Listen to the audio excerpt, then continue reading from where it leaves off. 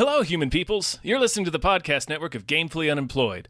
To support us and gain access to great exclusive podcasts like Fox Mulder is a Maniac, Tom and Jeff Watch Batman, Star Trek The Next Futurama, and our latest show, Spiel Boys, head over to patreon.com/gamefullyunemployed. We do game streaming, movie nights with our patrons every Friday night, and you can even commission your own podcast about anything you want. Literally anything, within reason, and we have to do it. You are quite frankly out of excuses not to go visit patreon.com/gamefullyunemployed. That's patreon.com/GAMEFULLY unemployed, which is spelled like it sounds.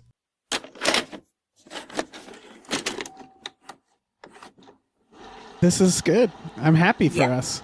Yeah, me too. We All right. we really got everything figured out. Yeah, we do. Yeah. Oh my God. Hi everybody. My name is David Bell. And I'm Hana Michels. And we just watched Barbie, the movie about Australian cookouts. Fuck You get yes. it? Yep. You get my joke? Yep. Also, they don't Okay. say shrimp, apparently. They say prawn. That's bullshit.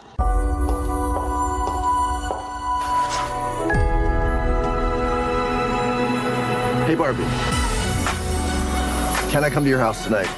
Sure. I don't have anything big planned, just a giant blowout party with all the Barbies and planned choreography and a bespoke song. You should stop by. So cool. You can find me under the lights, diamonds under my eyes. This is the best day ever. It is the best day ever. So is yesterday, and so is tomorrow, and every day from now until forever. Do you guys ever think about dying? I'm gonna go to First of all- Outback just for that fact. Are you gonna go harass Outback? Oh no, they hate Outback.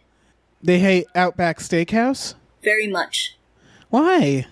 Because They're it's not represented. real Australian food. And it's like, Yeah. no one thinks that.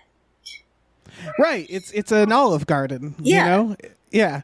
I don't go to Olive Garden and start getting mad. Yeah, do they think Americans think Taco Bell is Mexican? I think that's what I don't they know. think. I don't know. Australians, you get back to us about this. Hana, thank you so much for being a part of this, by the way.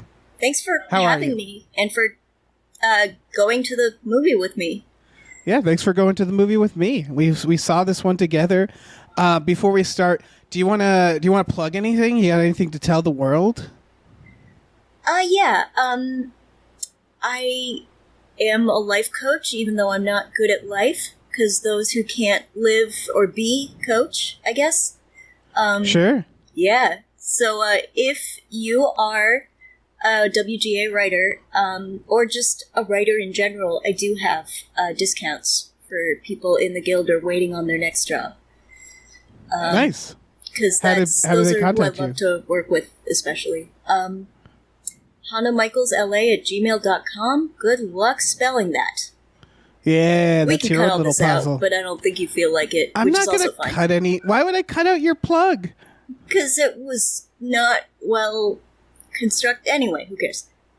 It was a fine plug, in my opinion. But we're here to talk about Barbie. Yes. And I guess, how did you like Barbie? I really enjoyed it. I think that it was the kind of the childlike jokes are really what stuck with me, and I thought it was really well done in terms of communicating somewhat complex ideas for a very simple premise. Yeah. It's not for children, is it? That was the first thing. It's PG-13, but you're right that the jokes, it's for teenagers, right? Yeah, I think kids could watch it. It's not violent or anything, but Yeah. they just wouldn't get every joke.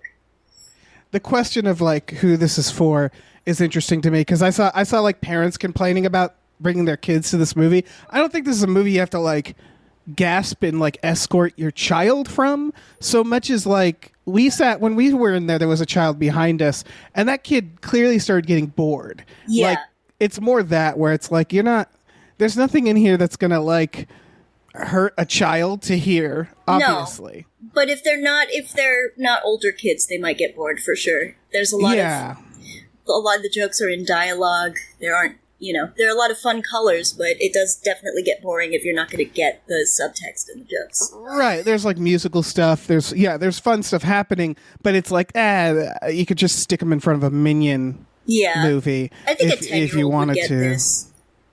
But little kids, not so much. Yeah, I mean, you know this. I really liked this movie. I've been saying this in a bunch of podcasts. I saw Oppenheimer, Barbie, and Cobweb all in the span of like 4 days, and they were all fucking great. This movie, this is embarrassing to say, and I've already told you this. This movie made me tear up, and I have to explain why, because it's for dumb reasons. It's that I literally teared up in the first half hour of this movie because, and it's the same reason I teared up during things like Everything Everywhere All at Once, which is that watching a filmmaker tackle a really complex idea and perfectly nail it.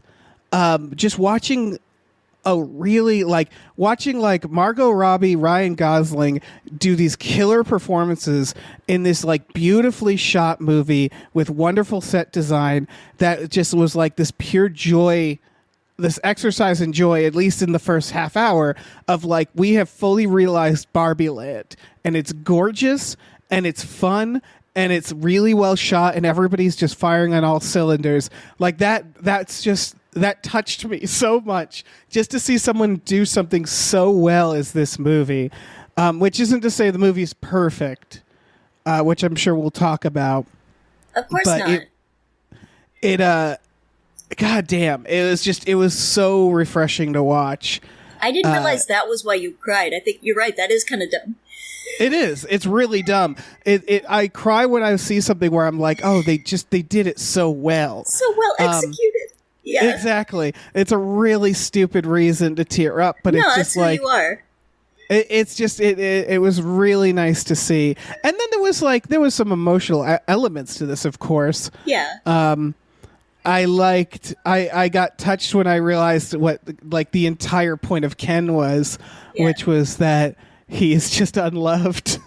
Like the story of Ken is just, like you said, it tackles a lot of very basic ideas, right? But it just does it really well within the Barbie Ken relationship. Really succinctly and really well and complex for what it is, which is a movie about Barbies and Kens. Right. It still has to work within that parameter of like, these are toys, because it's not going to represent everybody, right? It's not even trying to. Why would it? It can't. I mean, Barbies are for very feminine kids or kids who like dress up with very normal friends. Yeah, it also, like, I played with a Barbie. We should have started with our Barbie history, now that I think about it. I played with Barbies a little bit because... it's not just for feminine kids, definitely, but it is... it's more social. Yes. Which is very much what we do with girl toys, which kind of puts everyone at disservice. But I definitely played with other kids. Like, I never had Barbies, I don't think. They were lying around the house. I had a big sister, so... but, like, going over, like, other girls' houses and playing with their Barbies was a thing. I remember that. Yeah. Did you have them? I only had one, and it was after my mom really relented because she believed the Barbies would give me some sort of body complex, which is fine until I you realize she chose to raise me in LA. Right. Like right next to the Palisades, like no shit, I was going to have one anyway. Yeah, that was inevitable. Yeah, and my dad took my mom's decision to mean I don't want her to grow up getting superficial, which is not what my mom was thinking, but it's definitely an insight into, straight white boomer man. Right. This movie does tackle, I mean, they go about it in a very interesting way, I would say, because they tackle the idea that Barbie's failed the world. Like the idea, for people who haven't seen it, first of all, go see it, but the inciting incident is very fun, which is that it's this perfect Barbie world where everybody, like women are everything. They're the president. They're astronauts. There's different types of Barbies, right? Whereas Kens are just Kens, which is very much a comment on, the toys themselves. And they used that to do like an observation of the real world and women's place in it, right? Which is like the idea that Kens are secondary in this society, and that they're perfectly content with it until Barbie starts her feet go flat. That's what happens. Yeah. And they learn that it's a Toy Story situation, right? They're like there's a Lego movie where they're self-aware, where they're like, we're in the Barbie world. Must be a little girl playing with you that's really sad because now you're thinking about death all the time and cellulite and aging. So they have to go to the real world to find out what to find the little girl that's sad. Is the idea. And then what's a delight is they go to the real world, which is Los Angeles, and Ken learns about the patriarchy, and he is completely excited and delighted by it. Yeah. Which is it's a really fun idea because, from in his world, that's not a thing. So it's the idea of Barbie going to the real world with Ken and realizing that everything's not what they thought it would be. And Barbies didn't save the world. And women still have a lot of struggles, and Ken loves it. Yeah, and a lot of expectations on their shoulders. A lot of this movie is about expectations that we kind of put on women in society. Yes. And and part of it is Barbie, exactly, like Barbie was expected to save the world, and she didn't. And she learns that kids don't really give a shit about her in this. The people... The little girl turns out to be a woman who took out the old Barbies as a way to bond, or wanted to bond with her daughter. So the idea is they face hit on the fact that kids grow out of Barbie and then see them as problematic almost immediately. That's pretty much exactly what happens. Yeah. Exactly. It feels like they did a very good job at knowing exactly kind of the meta aspect they needed to do here. Of course, and you can start to see in the trailer, Will Ferrell is the CEO of Mattel, and the idea and of the Barbie. The idea is there's not a single woman running Barbie behind the scenes. They try to take shots of themselves. Well, I mean, it's one of the things you pointed out, right? They're traversing the corporate stuff, but they can't really come down that hard on that. Yeah, and that's the only place where I think this movie kind of lets us down a little, and it's understandable, if Mattel is funding it, you have to be nice to Mattel. Yeah. They weren't that nice though. They were just they made them lovable goofballs, right? It didn't even occur to me after we got on the movie, you sort of pointed out, I was like, you're right. They were doing that because to me, I guess I didn't expect them to be portrayed as villains, right? There are no villains in this. The closest to a villain I'd argue is Ken. Yeah. Or I guess a antagonist. But because what happens is Ken... This is what I remember where the right-wing complaints was the word patriarchy is said a bunch of times in this movie. No one talks like that. That's kind of the joke in the movie. Yeah. It's very much the joke. Yeah, they're not casually saying it. He goes to a school library, which of course has books on the patriarchy. Yeah. And then there's have you heard about the patriarchy? It's amazing. Yeah. Not even the patriarchy, just patriarchy. No one talks like that. And that's, exactly. It's the point. No, so Ken just brings those ideas back to the Barbie world and starts turning the Barbie world into a patriarchy, which is the big crisis, right? Meanwhile, Mattel just wants to put Barbie back in her box, which I was unclear of that. Is that resetting her? I think that was just a fun visual way of getting her immobile so they could take her back. Right. I assumed the idea was from the real world into Barbie land, but yeah. Right, yeah. I assumed they were going to do something to her brain or something, but yeah.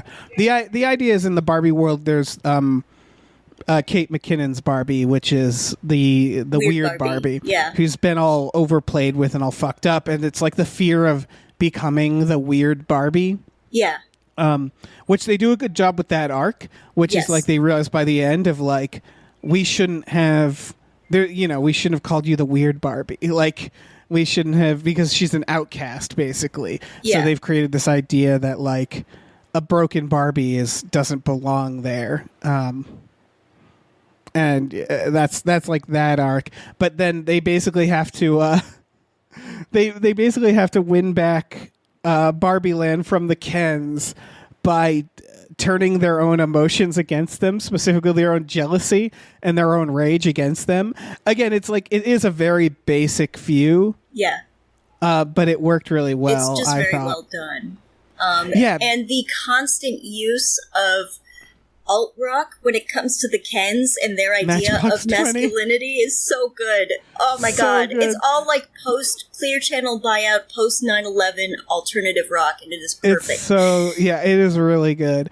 And again, this goes into like so the things they managed to do with the Barbie and Ken dynamic is like they do the idea that women are expected to be everything, and they are expected to sort of they can't fail, right? There's the whole part where the mom does that rant and it basically wakes them up. Yeah. And then they cover the idea that men, or at least the Kens, and is expected to not to basically like to bottle their feelings, to not to accept that they're not going to be as loved, and get all their approval through like status and consumerism is kind of what they do with them, and about how it's just damaging everyone. Yeah. And then you have your Allens, which was delightful, which are That the people was who don't necessarily my fit into favorite. this. Yeah, into into this dichotomy. extreme binary. Yeah. Yeah. That's the thing, I guess, is that they're doing this extreme binary situation. And so it was really cool to also have Alan. Yeah. Yeah. I Who is feel Michael like Cera. the two of us related to Alan the most. Yes. Just having grown up as indoor kids, just kind of Yeah, Alan's thing is he's just like, neither of this is really my thing. Yeah. I'm Alan. I just want to get out of here. yeah. And they just have Michael Cera doing a real Michael Cera performance as like quiet, poor little Alan. Yeah. He is kind of the best. It's honestly perfect. And I'm glad they found a toy to fit with non-binary representation within an extreme binary setup. Right. Again, that's what I mean when I was like, it brought tears to my eyes because I was just like, they're using this format, and they're because easily a Barbie movie could have easily been very cynical, a very cynical movie that is just doing base level. We're gonna make a bunch of money. The new Mario Brothers movie, Hana, did you see that? I've seen parts of it, Okay, and I got It's the fine. gist. Yeah, it seems fine. it made billions of dollars, but it's not like memorable in any way, shape, or form. It is baseline. We're just trying to keep our heads down, make a Mario movie. Yeah. It is so. That's why I It- didn't want to see it, because the first Mario movie is batshit. Yeah. How can you top that? Yeah, I mean, you could top that by making a good one, I guess, but they were already working under shitty parameters, and it didn't seem like that was even possible. There is a cult like resurgence of the Mario movie, and like as a movie, there's a lot wrong with it. I'm not going to pretend there isn't. But the Mario Brothers movie, the Bob Hoskins, John Leguizamo one, is taking the subject of Mario to talk about ideas like fascism and climate change. Yeah. And that's amazing. And I would Yes. argue that movie would be a lot better received today. Yes, I think so. I think you're right. And I think that's why, because Barbie does that, in my opinion, really extremely well. And it was extremely well received. That's what I was getting to, is this Barbie reminds me of that era so much, where it's like a live action version of a cartoon that's just batshit. When every and we film villain was just Trump. Yeah, exactly. And like there's this like we don't do this nearly as much, and for good reason. Like the Flintstones did really well, but I don't think like the Rocky and Bullwinkle movie, which I guess it's like half live action, but I think people know the vibe I'm talking about, right? Where it's like these weird, when we took these big swings in the 90s, and this really feels like that, and that it's like this bombastic, cartoony world. It's almost Wes Anderson-like. Did you notice that? A little bit. Like, because I think in the set design, where it's like, it's half reality, right? Everything's kind of a toy. And they do such a good job with the props, like Ken's rollerblades. The dream houses were so good, and I would want to live in one of those until I realized, oh, I'm a real person. I have genitals. I cannot have this many windows. Right, and they play with that. When she gets up, she takes a shower every morning, but there's no water coming out of it. Yeah. Everything is pretend, right? She opens the fridge and it's all pretend. Yeah, when her feet go flat, it's because they're in heel position to put on different heels. Right. And she has the line of like, if my feet weren't that shaped, I wouldn't wear heels. Yeah. The ambulance is like this fold-out ambulance. And so they use the Barbie world to talk about this idea of like a superficial view of like the ideal world, right? Like of the corporate feminism. This is what's funny about it, is that you'd think the right would love this movie if they were a little smarter, because they're talking about hollow corporate like wokeism. That's what they're talking about in this movie to an extent, which is the idea that like the corporate view of social justice is still in the squarely around making money, which isn't, because they are toys with different jobs. Yeah, absolutely. Yeah, exactly. It's built within the framework of the toys. Right. So the idea here is like the Barbie world is this like superficial version of progress that then when they reach the real world, they realize that's not how it is, and everything.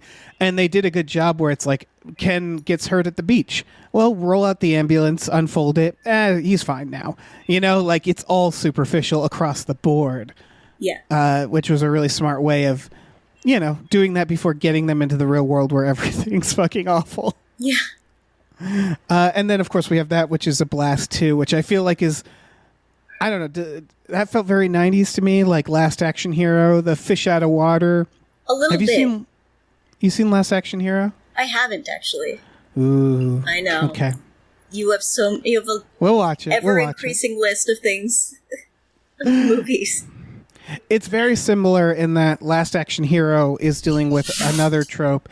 It's Arnold Schwarzenegger as a action hero gets sucked out of the movie he's in into the real world, and then realizes like all the things can't, like he shoots at a car and he's like, why didn't the car explode? And they're like, that's not how cars work. Like it's a bunch of that, them realizing like this isn't actually how how the real world works. So they're doing a lot of that in this. Yeah. By the way, I am sorry if my microphone picked up kitten hissing. Oh, kitten! You didn't. It didn't pick it up. Oh well, then she's so mad. Sorry, she's so mad all the time. She is. She's our Barbie. I mean, she's our Barbie when she first steps into the real world. I think that first scene, honestly, maybe because I grew up right there, like I would bike ride on that boardwalk, felt very real to me. But I think it feels very real to anyone who has walked around the world and presented feminine or female in any way. What was the line about her sensing like a tinge of violence? Yeah. And Ken's just like, I'm getting none of that. Yeah, exactly. Because again, they're playing with it where it's like it's for younger audiences to explain like, you know, this system. But I think they did a good job at also making it very funny for older adults who like, it's preaching to the choir, you know, to some extent, but they're just doing it in a very fun way. Ken like loving the patriarchy and being just like genuinely and adorably so excited about it was a very good way of doing it. Yeah. Where like, again, there's no villains in this. Like I don't think we need to say that the people saying that this hates men or like obviously that's not what's going on in this movie. No, if anything, it's saying like, you know, men you have the power to define yourselves and find yourselves, and you don't have to subscribe to anything you don't want to. Right. It didn't even feel like obviously it's geared towards younger women. Yeah. But it didn't feel exclusive in that regard. It felt more about what it means to be a human. Yes. And like honestly that really is it, like about like what defines us, because the existential crisis that both Barbie and Ken go through is like, what are we? And Ken of course is like, he's defined by Barbie, so they're doing that thing about like kind of a toxic relationship where it's like you can't be defined by the person you're with, you have to be your own person. Yeah.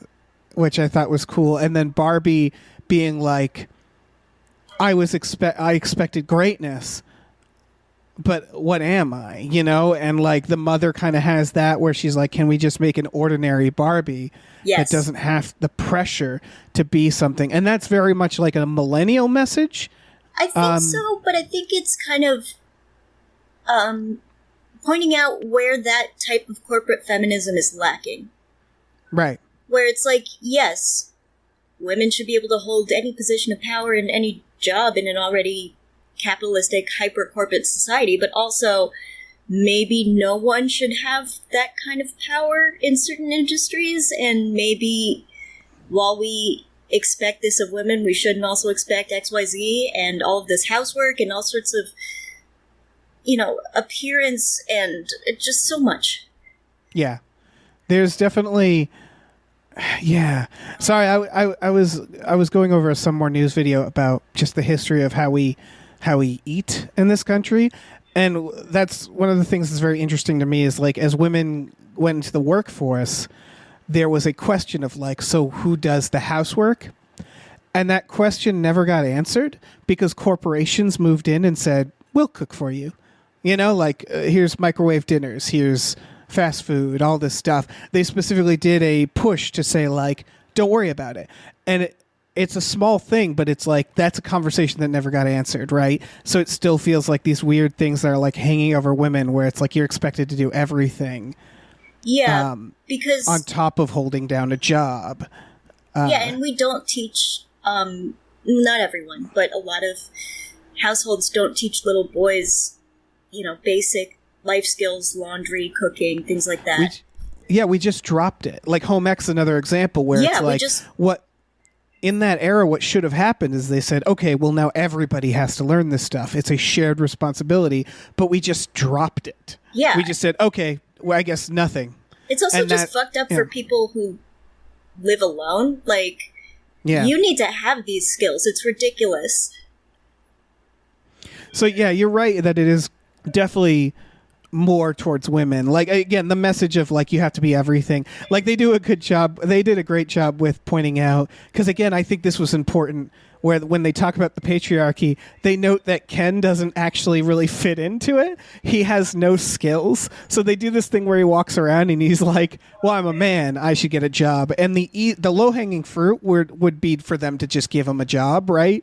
Yeah. But they say like, well, do you have any skills? And he's like, oh, no. Because he's applying to be like a doctor and a CEO, and it's like, you still have to have the ability. It's just that as a white man, you have more of a chance if you have the ability and the education. Exactly. Like talking about things like, you know, sexism and racism, it's all these Venn diagrams, right? And classism, where it's like, there's not one answer. It's gradient, right? And so like, yeah, Ken isn't like Ken. He's trying to be like a doctor and shit. It's just but he's Beach Ken, as he keeps saying. He's Beach Ken, which doesn't even mean he's a lifeguard. Yeah, no, his job is beach. His job is literally beach. It's such a good gag. It's so good. Like, the way that they play with like the little kid isms and the way that little kids play is so good. It's so good. But again, that folds into like this idea of like the toxic masculinity side, which is that Ken has no skills, but he feels like he's owed the world. Is the idea, and it's like, entitled to have these jobs. Yeah, I know exactly what kind of person you're doing, and it all derives from like the Barbie innocence of like, how does this sort of mindset happen. And Yeah. again, he's never sinister in the end. He's no villains. No, I but mean, it's very much like a commentary on, like, the manosphere and things like that, where Ken just Yeah. needs to find his own way and learn how to love himself instead of getting external validation. And that's very much why the left doesn't have an answer to that shit, because we're not just going to send alternate propaganda out there. Like, no, you need to find out who you are and go from there.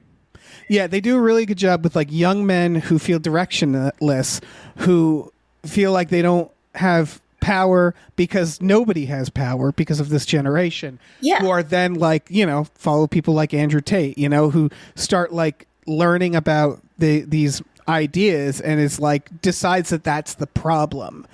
And the problem not the problem, but the thing that the Barbie movie can't really finish the thought because it's run by the movie is produced by a big corporation, right? Yes. Because the end thought is like, it's the ultra rich are kind of the big problem in this equation, but you also can't expect the Barbie movie to like deal with those ideas. Yeah, too, it's right? about like who put these institutional, who put the institutions in power, who keep, creating these societal impediments to but it's not different kinds of the success movie, and happiness. It's like there's no way for, even an older kid movie about toys. Yeah, and there's no point in the movie where they needed to do that. For the record, like it's not like they dropped the ball on that. They're just trying to make this other movie. They're not trying to make a movie about that. But yeah, the presence of Mattel throughout is like they're definitely like walking a fine line there. It is palpable for sure. It is noticeable. What do you think of the performances? It's fucking both Margot Robbie and Ryan Gosling. They were amazing. Are incredible. Yeah, because they're dealing with such complex. Like, it's not hyperbole to say that they deserve nominations. That this movie deserves nominations. I don't know if it'll get it. I think there's enough hype that it might. Like, I think the Academy is realizing that like weird movies get people excited now. Well, no shit, because everything else is just, film 10 of a franchise that has completely forgotten what an action movie is. Right, and like I feel like this is meeting it both like halfway, because people will be like, oh, I think like Guardians of the Galaxy should be nominated, and it's like, I kind of get why they don't really nominate like the big superhero blockbusters, because they aren't on their own, they're not satisfying stories, they're part of this larger thing. It's hard to judge them as into like their own films. This movie seems to meet them halfway, which is like this is a blockbuster. Is a big property that you're familiar with, but we're gonna create more lore around it that fits into that but adds to it. Yeah, and like earn it. Like I think there's like costume design, set design. Absolutely, those should be up for. I mean, cinematography. The set design is batshit. Yeah, we haven't talked about how bright the film is, which is like super nice to see a bright movie. Like when you look at the trailers for like Wonka and you're like, it's Wonka. Why is it so dark? Yes. Where this is just like, no, bright fucking colors. Beautiful cinematography. It's the same campy vibe that I love in a lot of films. I remember Abe asking me if I really like Talking Heads because all the movies I like just have a similar, and I don't really have an opinion on them one way or another, but funny. just all the movies I like have a similar color scheme. Yeah. Yeah, it's, I don't know, it's just, it's such a pleasant film to watch. And then, like Margot Robbie having to play this, like, tremendous arc because they're doing so much for her of like, because the other element of this movie that they touched on, which again, like one of the reasons why I think kids would find it boring, and they didn't have to, is like the pure existential crisis involving a character realizing that they don't really exist. Yeah. Like it's kind of Truman Show because they do these scenes with her where like at first of course everything's cheery but then so when she's she doing travels to the real world, it's she's meeting all of these depressing realities with a very childlike innocence, and it is just an unbelievable performance. Yeah, one of the scenes that really stuck out is her sitting at a bus stop waiting for Ken, I believe, and she's looking out on this park, and she starts seeing like humanity, and she sees all the different, like the whole spectrum, because the idea is her life has always been this like blank, happy, like straight line, right? Then she has to perform that in the beginning, and she does it like, and it's very funny, right? She's doing it for comedic, that you guys ever think about dying kind of thing. So like, there's that comedic performance, but then there's. Oh, sorry. I just wanted to comment on. Fine. I like that was the negative thought that first went through Barbie's head, because that is often a lot of little kids' first scary thoughts, and it's a great misdirect when it ends up being the mom of someone who stopped playing with her Barbies entirely, like the mom of a 12-year-old. Because it's also just a pervasive thought for humanity. Exactly. I was going to say that thought goes away, I feel like, in your teens and 20s.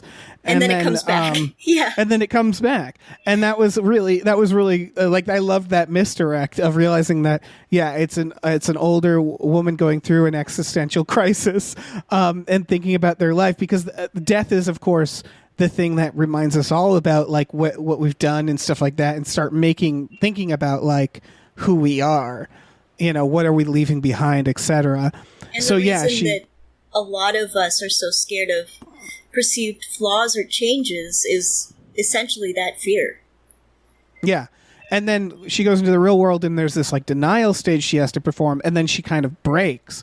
And it's like a sadness, but then it's a realization of like coming out of this superficial world, there's so much more. And so she's sitting on this bench, and she sees sadness, she sees happiness, and she's like awestruck by it all, and then turns and looks at this older woman, who, by the way, is a famous, I think, costume designer, nice. that actress, and basically says, "You're so beautiful." And she says, "I know it." I read apparently Greta Gerwig had to fight for that scene, because if you notice, that scene technically doesn't need to be in the movie. Yeah, but I really love that it was there.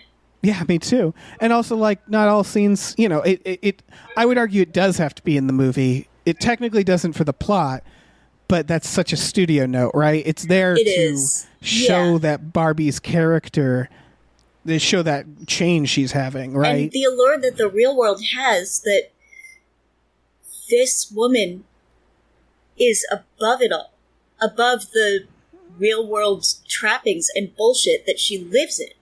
Right. Yeah, they have a few like older women who show up. Is it Rhea Perlman? Yes. She plays the inventor of Barbie, the ghost, which I love that they hand wave it. Will Ferrell's just like, "Oh yeah, the ghost of the inventor of Barbie has an office." I thought that was a Wayside School reference, maybe subconsciously, because those books were popular around the time when, like, Greta Gerwig would have been growing up. Oh really? Yeah. But that's the 19th floor, I guess, not the 17th floor. Oh, okay. It's a good idea though for them to like kind of hand wave certain things. Like they knew to hand wave it, and they didn't wink. And they hand wave it in those books. That's why I thought it was a reference. It might have been. I don't think it was like a conscious reference, but it's where a lot of comedy-minded creators that are like a very specific point in their 30s got started on that. That checks out. They knew definitely like, do we have to explain the Barbie land to the real world? Not really, right? No. Like, how do you get back? It's like this ultra magical realism where like you have to go to the beach and rollerblade, and then you get on on a boat, and then you get on a car, and then you get like where they don't really explain, like they don't make it like a magical portal or anything. No, which it's I really appreciated. A lot of that it was like accessories that come with Barbies. Yeah, and it was like this like Lovecraftian transformation where it's like weird and abstract how you get back and forth from these worlds. And again, they didn't have a character like look at the screen and go, "Don't worry about it," and wink. They knew they didn't have to like lampshade it. Like they didn't have to like call attention to what they were doing. They knew that we didn't care, and we would accept it in this like magical realism sense. It is, and I appreciated that. a fucking relief when a film actually trusts its audience these days. Yeah. And it's weird. It comes off as weird in a way that because the thing is this movie thinks its audiences are smart, which I really appreciate, because people do know at this point, it's like you barely have to explain things like that anymore. Yeah. You don't have to tell us how these worlds exist. We don't care. We've seen a million movies. Doesn't matter. Yeah, just presenting the Barbie world as very childlike and innocent is enough. Yeah. And then, of course, fucking Ryan Gosling, in terms of acting, is just having all the fun.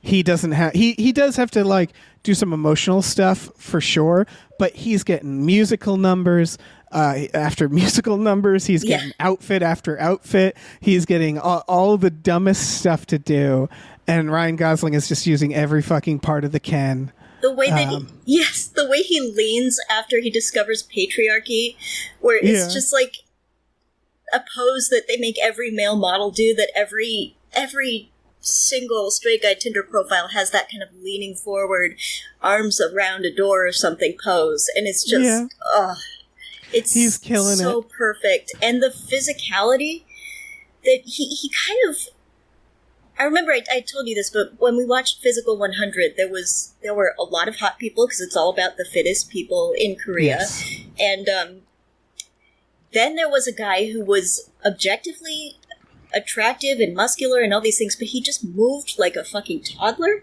and I couldn't see him as anything but a toddler because of the way he moved. And it's the same way Ryan Gosling moves in this movie, and it's perfect because everything in Barbie world is colored by childhood. It's all incredible actors. That's the thing. Like, Greta Gerwig has pull. She's not, she can get this amount of talent, and so it's just great to see this much talent. Not just those two, but everyone just doing a fucking fantastic job, knowing exactly what they need to do and doing it, and doing it better than we needed them to. Right. Even the 12-year-old, I don't know who that actress is, but she looked very familiar. She looked familiar. We should look her up at some point, but she does an amazing job. She carries that, like, puberty rage so well. Yeah. I'm trying to look her up. All of the names are Barbie, and so I'm just trying to find the ones that aren't Barbie and Ken in the cast. She's great. Michael Cera, he's just doing Michael Cera, but it works for that role. Yeah, for sure. Because the whole role is just, I'm Alan. There was only one of me that came out once, and I'm uncomfortable with all of this. Again, they did a good job to show, like, they did the discontinued Barbies too. They did pregnant Barbie. They did like the Barbie with like a TV in her back. Oh, and they show that it's like the Misfit Toys thing. Honestly, if this was for exclusively adults, they probably would have pointed out how sinister that recording Barbie was, but it's also for older kids, so they didn't. Yeah, that's true.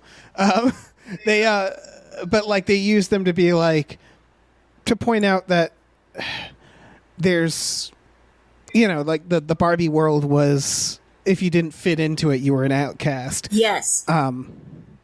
And that was really cool that they sort of they did a little bit about that. Yeah. I don't know. I'm even when like, America Ferrera, who plays the mom, who actually played with Barbie to make her feet flat and give her cellulite, she walks into the world and is immediately accepting of weird Barbie. She's like, "Oh, I had a weird Barbie. You make them like that by playing too hard." She's repeating the same line that they all played about. That they all said about Weird Barbie, and it's immediately accepting though this time, and it's really nice. Yeah, I like when they that was a key thing, is they bring Barbie into the real world, and then they bring someone from the real world into the Barbie world to have them interact. A mother and daughter. They're using like every part of it, and then the mother and daughter slowly bonding. Yeah. Through this, and the mother being so into it and the daughter not really being that into it, and so there's like this whole mother and daughter arc that they don't dig into that much. No, it's just kind of 12-year-old's gonna 12-year-old kind of thing. it's wild because they tackle so many little things in this because the other Barbies that aren't being accepted, they have a quick thing about they do a quick thing with ableism, like the daughter says someone's nuts or something and then corrects herself, and so they point that out a little bit. They're juggling a lot of things. Yeah, but the daughter's the only one juggling it knowingly. She's the only one who's socially aware, and she's still younger. 12, so she's not perfect at it. Right, exactly. And so they're not trying to comment on everything, and it feels like I keep thinking about this and being well, what was that message in terms of feminism or the world? What did that mean, And it's I don't know if that's the right way to think about this movie. I'm sure someone could sit down and do a video essay analyzing every little bit, but it felt like they were just trying to show this very wide spectrum of the world, and they were pointing out that the daughter is of a new generation that's hyper aware of the new problems in the world, Because I think Barbie kind of represents 80s, 90s. We did it, right? The 80s, 90s, I don't see race mentality. 100%. And they're trying to show that the world is more complicated now. And they did a good job without alienating older people or younger people. Yeah, because it's still, the mom was inspired by Barbie at the time because she had all these different job titles and was able to do all these different things, and the daughter's kind of beyond that, being well, this is really corporate, this is kind of, she calls Barbie white savior Barbie at one point, which is really funny. And then she goes no, this one saved me. I didn't do any of the white your mom savior. saved me. Yeah, I didn't do anything. Which is funny because it feels like the movie is defending itself a little bit, where they're no, we thought of it. We changed. We made sure, because that's what's interesting about Barbie as the character in this, is that they very much point out that she's kind of passive at the end, because her last final thing is well, what about me? What did I get out of this? Because she sits and talks with her creator. They have this long scene where she's on this void, just talking to Rhea Perlman, who plays Ruth, the creator of Barbie, just being where do I fit in with this new world? What am I at this point? Yeah, and I like that she ultimately gets the same answer as Ken, which is, I can't answer that for you, which sucks, but it's true. Right. It sort of cuts through all the noise of what they're exploring and saying but we have to be who we are. We have to figure that out for ourselves. Ultimately, the idea that you can be anything, which is the promise of Barbie, they're kind of reshaping and saying that's a real mind fuck too. The promise that you can be everything is terrifying when you break out of your reality, which is that's why the Barbies are gravitating towards or just allowing Ken to shove this patriarchy down their throats, because they're exhausted of all the expectations. And when the mom points that out, they're oh, everyone's exhausted of these expectations.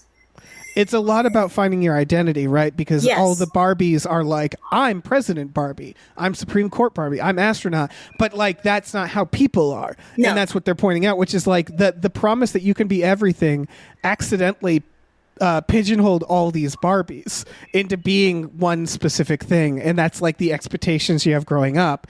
And it's kind of the idea of once you get past that, once you get past what your parents want for you or something like that, your childhood, what your childhood dreams were, or all that, when you're figuring yourself out, suddenly everything opens up in a terrifying way. And the answer doesn't have to be something glorious. One of the things they do in this is they kept setting it up and you're expecting it, where it's oh, clearly someone's going to take Will Ferrell's job. The mother is going to be the new CEO, because they have her designing Barbies. Right. And so I thought okay, she's going to be the CEO. And no, they just steal her idea. Yeah, and for regular Barbie, which is again way more realistic, which I appreciate. And the way that they steal her idea is, no, that's never going to work. Someone crunches numbers. Yeah, that'll sell. Okay, great. Yeah. The guy behind him was that's going to make a lot of money. He's I love the idea. It's great. Yeah. Which is, I'm glad they pointed that out. Again, it's the corporate side where it's as long as it makes money, we'll support whatever. don't think we won't support something horrifying if we think it makes money. And so they handle that, and then the mom doesn't become the CEO, and then they end with Barbie asking her creator she wants to be real, and then they show her like getting ready. Yeah. And again, I thought like, oh, so she's the CEO of Mattel. Right. I get it. And she's all dressed up, and then the button is she's there to see the gynecologist and is all excited for it. Yeah. Which is a funny idea for the ending. Yeah. But it's a being huge so thing excited for a Barbie because there's genitals now. Exactly. And it's just funny because it's like at least I've been told that's a real bummer. Yeah, it's not fun. It's not fun. They use the same tools that they used in like the 1800s. It's not Right. great. There's like So, a like, metal deal. They created the situation where Barbie is like the only person who would be excited for this, Yeah. which is funny. But again, like in the end, she's just a person. There's nothing special there. She's not like, it's just, okay, now you're a person and you get all the bullshit that comes with it. And some of it's good, some of it's annoying, some of it's terrible. Yeah. And so in a lot of ways, it's sort of about, it does seem aimed for teenagers because it's about people finding themselves into adulthood, right? Yeah, and it's tackling about that age when teens start being really self-conscious around like middle school, around the age of the daughter. Yeah. When they start really beating themselves up, and that's why people fall into these like strict gender lines that they don't necessarily fit into around middle school the most, is because they're just trying to fit in any way they can. Right. Yeah, it really is for middle school because Alan is like, that's me in middle school. It's made for kind of everybody going That's all through our that friends in awkward middle stage. school too. Yeah. It's like 'Cause every Barbie- like creative weird kid. Right. By creating this superficial toy world, they really are showing like a naive state of mind that often happens around middle school. The Ken's understanding of the patriarchy and like being into horses and like dumb rock. Him saying like he thought horses were ruling the world was the patriarchy, and then he realized the horses extend the man. Yeah. I think is how he puts it. It's so perfect. It's so perfect. But yeah, it's all the very superficial shit, like the toxic kids, like young men that you probably encounter in high school and middle school. And about like how to deal with these dynamics and these problems. And then as you're getting older and you're being told you can be everything, what does that mean? So it's all kind of tackling that in a very interesting way. What do you think about their big plan to turn the Kens against each other? I thought was interesting. I thought that was interesting too. I think it was mainly a gag, but ultimately it's kind of a commentary on power in general, and anyone who wields social power ultimately gets paranoid. So in that sense, it's not really about men and women, it's about who has the power in society right now, and they're more likely to turn against each other than people who are without power. I thought they were definitely identifying the idea that, like the jealousy that happens more so in men, especially young men, and then like the idea of like, how do you rise up against the system? Well, you can't fight amongst yourselves, and that was, I think, the whole idea. Is they were all pitting the Kens against themselves so that they could be distracted. And you're right. There's like a societal message there of like, if you're busy fighting amongst yourselves, period, you're not going to get anything done. They're going to do things behind your back. And the whole thing is literally for them to get a vote through. So it's like, it doesn't feel necessarily about men versus women it's more of like a classist message in a lot of ways. But I did think it was interesting because I think it's true for most social issues. Right. They do have to frame it Barbie v. Ken. And one of the things this movie like kind of touches on, but doesn't that much, is like how terrifying men can be too. Yeah. And they can't really. I mean, they take touch over on that. Every Barbie's house. They kind of take over their spaces, turn them into Mojo Doja Casa houses. They sure do. Yeah. That's what it's called. And they're just ridiculous pads of just everything you would find in the worst freshman dorm Right. Yes, it's perfect. It's They have one, because it's for kids, there's no Scarface poster, but it's one of those away.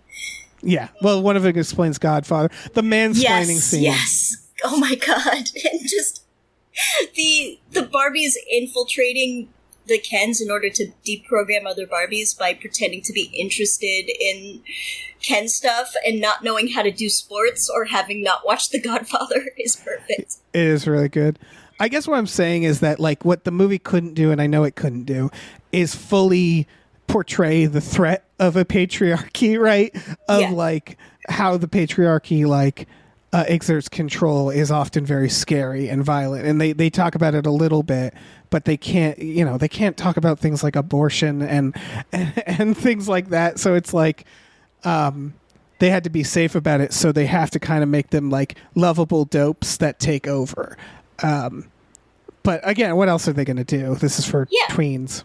Yeah. I love the joke where they're building the wall, where Alan's like, we need to get out of here as soon as they figure out how to build the wall sideways. Yes. And they're building the wall just straight up in this small column. It was so good. It's so perfect. And the idea that the Kens want approval from other Kens more than anyone else is kind of spot on. Yeah, exactly. Fighting amongst themselves. It's all still around like women to them or the Barbies to them. Yeah, because it's around the approval of Barbies, but it's not about how the Barbies actually feel. Right, they're fighting over Barbie, but they don't. It's a status. Barbie is a status. Yeah, exactly. Yeah, their lives are defined by it, which again is both defined the toy, but also works Barbie, really well with talking about young men. So I thought that was a cool idea. And it is kind of how little kids play with Barbie, because Barbie has all the accessories. Barbie has all these different things that you can do with her, and then Ken is just a side piece. Exactly, which again, like it very much resonates with this idea of young men feeling like, well, what do I get? Because like, there are, for good reasons, a lot of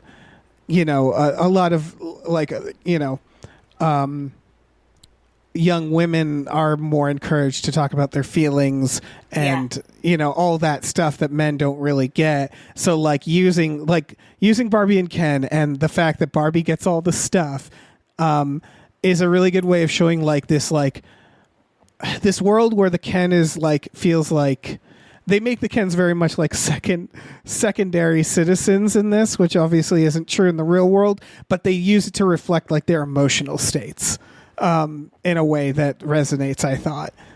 Yeah, the Kens are very codependent. They only feel complete when, Barbies acknowledge them. Yeah. Yeah. And it's all in a very fun fucking movie, too, on top of all of this. Like, it doesn't deal with these ideas in a very serious way. It doesn't really preach. It's all kind of the subtext that, like, is very obvious to us, but to a teenager, or like a child, they're not going to, like, necessarily pick up on all this, I think this generation is more aware of these things, but I think this is a very, very concise, smart way of communicating these concepts that will resonate with kids, for sure. Yeah, and I thought the movie just did a good job balancing all that while telling a really fucking fun story, which is, again, so campy and silly. Why it brought tears to my eyes. Like, because it's like when I'm like, oh my God, not only are you making like a really fun Barbie movie, but you're tackling these issues and you're tackling all of them, as many as you can tackle, and like across the board. There's even a point where they like recognize that Margot Robbie talking about how she's like ordinary or plain is like silly. Right? Yeah. They literally have a moment where the narrator comes in and goes, we realize how silly this is. Like, to do this message, you can't cast Margot Robbie. Yeah. So they're doing all these almost like footnotes on this idea. They're trying to be extensive and inclusive, but it doesn't also bog down the story. Yeah. And that's really fucking me and Tom recently did a thing on the fucking Kevin Sorbo movie God's Not Dead, and that is a Christian movie, right? I wouldn't even call it a Christian movie. It's a right-wing propaganda movie. Yeah, it sounded like an evangelical, very cloistered. thing. Yeah, and it's so bogged down with trying to preach something that it's not a movie. It's a bad movie. Even if you believed in the stuff they were saying, it's a badly structured movie. Barbie, this movie could have accidentally done that. It could have been bogged down with like trying to say stuff that it forgot to be a movie, but it doesn't do that, which goes back to why this movie to me was like such an accomplishment. I love it. It happens a lot in elevator horror, Everything Everywhere mentioned, where it's like you nail this message that's complex while still telling a story that's cohesive and good. That's really fucking impressive to me. Yeah. Yeah, it really was. Yeah. And to be able to find a toy for every single message and idea. I know Weird Barbie isn't packaged, but it's very much a thing that happens to pretty much every Barbie at some point. At some point you try to give her a haircut or something, and it's just, 7-year-olds are bad with scissors. Yeah. Yeah, they're shitty kids. That's what happens. Yeah, they're sloppy. Yeah. Yeah. Any other like big final thoughts? I hope there's nothing that you were like wanted to talk about that we missed. I'm trying to think. I have one more thing. Which is this. Oh, go. No, go ahead. I was just going to say, obviously, Hollywood learned the wrong message about this movie. They don't know why it succeeded, and there is literally, and it's like a parody. This is like an Onion article. Lena Dunham is making a Polly Pocket movie now. What? Because they literally were just like, okay, what's another doll people toy? Like toys. Who's another like person like this? Okay, boom, make it happen. And it's like, no, you idiots. That's the toys not. Are just a good vehicle for this kind of storytelling. Right. It's just it's the most cynical, and like maybe that movie will be good. Who knows? But it's the most cynical thing, right? Where they're like, okay, doll movie plus like feminism. Like it's exactly what they're making fun of in this movie, which is like the corporate attempts at feminism. So like obviously Mattel and other companies they're not making fun of not it directly in the movie because Mattel is such a big part of it, but they are kind of nodding to that a lot. Yeah. It's the reason why the mom resonates with a lot of this stuff, but the daughter calls it out. Right. Again, it's really funny. Like, obviously, people like Ben Shapiro are going to complain about this because that's what gets him clicks. But, like, it's not, obviously this movie's not right wing, but it does. There's like something that everybody should be mad at, which is like that corporate pandering towards like social causes. And the right loves to try to call that out. They've been holding a whole campaign against it. And it's really funny when a movie that is like, no, that is true. They still are mad at it because they can't. It's in their best business to be mad at it, right? So it's very funny when that happens. Yeah, there's not an overtly trans actor in it, so we're not going to be mad. It's just so transparent. It's so it's painful, it's honestly. Silly. Yeah, I wouldn't. All that shit is. I don't know. It's really silly. It's hard to watch this movie. Like, it's hard to imagine someone watching this movie, anyone, and then hearing what they have to say about it and not realizing how completely unserious they are based on just, like, the movie versus what they're trying to say. Yeah. Because the movie is ultimately very simple. Yeah. And it's not a very political movie in any way. It's all the stuff we've talked about, again, is, like, kind of subtext. It's not... Yeah, and it didn't feel very in your face. Yeah, and they're very broad ideas. And they're all ultimately about finding yourself as a human. Like that, it's kind of a universal message. Yeah, they don't land on anything, you know. And I don't think they should. No.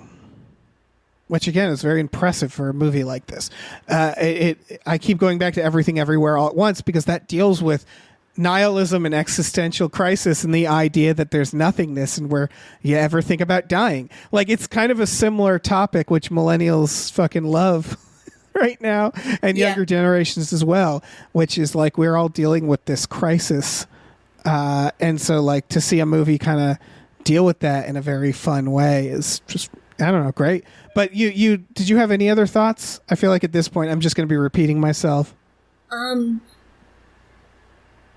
guess not. But honestly, just go look up some of the sets. Yeah. Please The do. sets are glorious. They're And so I don't know, good. see the movie.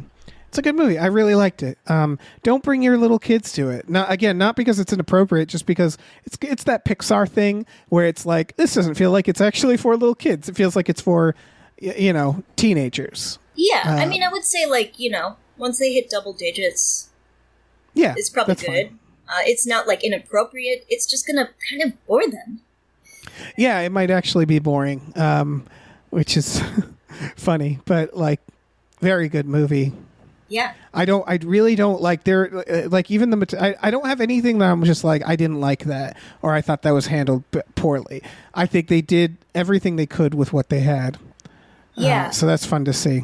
So I liked that, you know what, by saying it, I'm actually making it a little worse, but by pointing it out at all. But I'm going to do it. Now I need to know. I liked that there was a plus-size Barbie that was just there the whole time, and no one said anything, because that's actually what life is. It's not, unless, there are shitty people everywhere, obviously, and they're going to say something.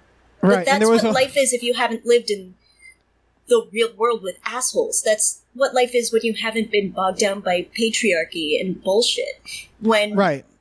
people are innocent enough to just admit that they're attracted to everybody. Yes, they do a good job with that. Which there's only one, and I assume that's because there was only one Barbie like that was plus sized. Yeah, I think But- so. Again, they're showing this ideal Barbie world, so obviously it's not a thing in that world.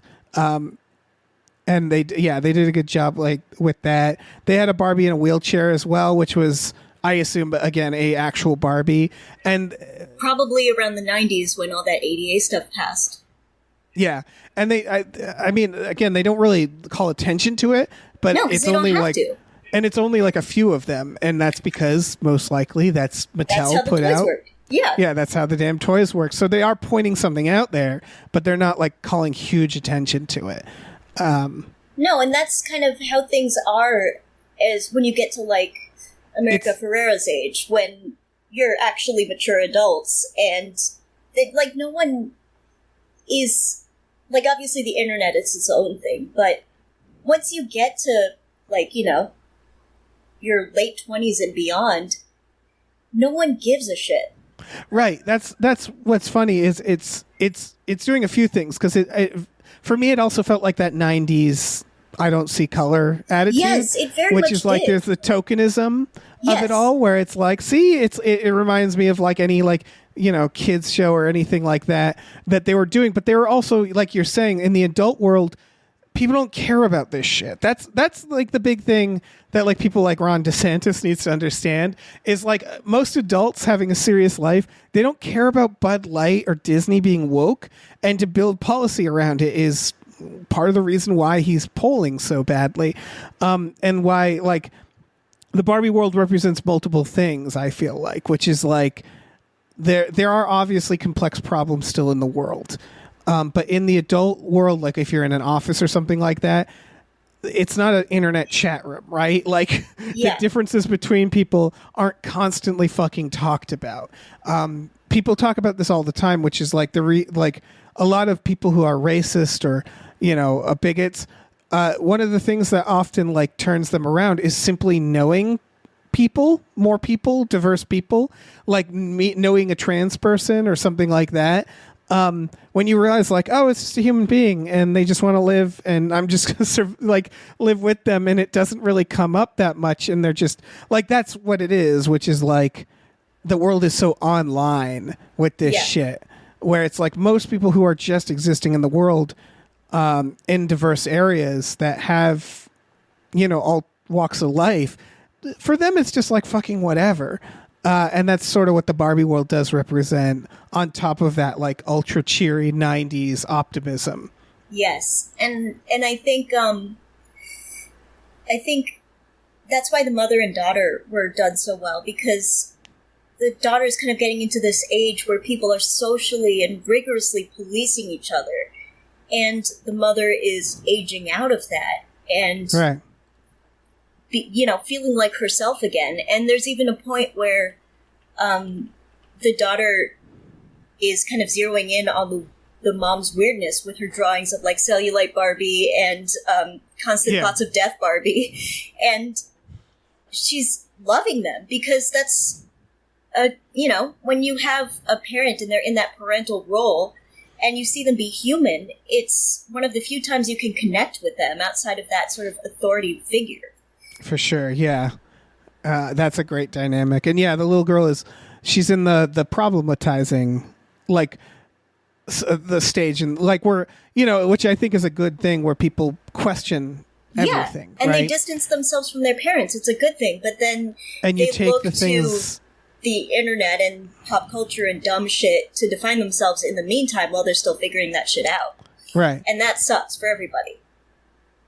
It is, but it's also like part of it's good too. Like I do think the process of the youth finding fault, finding that the traditions are problematic in some way, and redefining those traditions or changing them is, like, I think, a rite of passage that we love to push back on. Absolutely. And so it's like they do a good job with that, where like when Barbie first comes into the real world and is like, I'm your Barbie, and the little girl just tears her to pieces. Yeah. But it's so sad because Barbie calls just her a gets fascist. It's so perfect. It just hurts her feelings. Yeah. And I thought that was a really good exchange, which is like the little girl, what she's saying it might be like, it's very pointed, but it's not wrong about that's what I mean. how Like, it's little not Barbies have impacted the world. And right. It might be reductive. It might be the thing where it's like, the there are image people who are things like, that hey, they perpetuate. Yeah.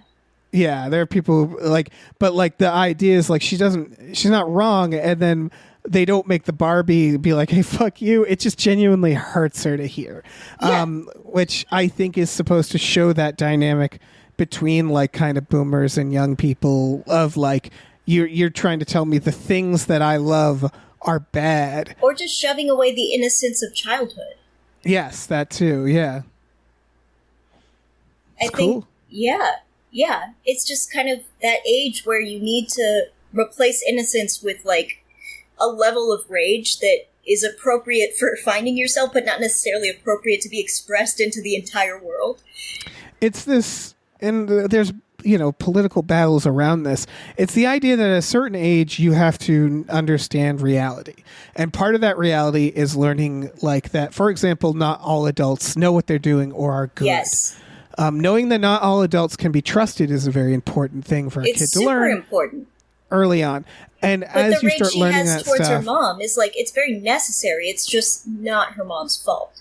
yeah, because as you learn that stuff, they're aggressive, their brains aren't developed, but then there's this like battle to shelter kids from that idea, and that's kind of what Barbie represents too, which is the idea of like someone who way later is just like the real world has to slam into her. Yeah. And like, I was talking about my parents trying to shelter me from Barbies. Didn't do a damn thing for me. Yeah. Yeah. And I wonder if that's, man, now I'm thinking about like that double layer of like someone who is put in like a very sheltered house, suddenly like having to deal with like going to college, and that idea of like that Barbie representing that and Ken representing that is a fun way to look at this movie. I don't think that's what they meant to do, but there's elements there for sure. Yeah, I mean, just the fish out of water storytelling formula is a great way to show that. They're trying to show a transition from innocence to becoming a human in a very short amount of time that most people get a decade to work out, right? But or more. But if you're homeschooled or something like that, maybe it's not so easy, right? It's very overwhelming, and it's very much like the real world is going to make you cry a lot. Yeah, And, exactly. It's good to cry. It's good to get super angry at this stuff, because that's what it calls for. Yeah. Good movie. Yeah. All right. I feel like I'm sorry else? I rambled a bunch.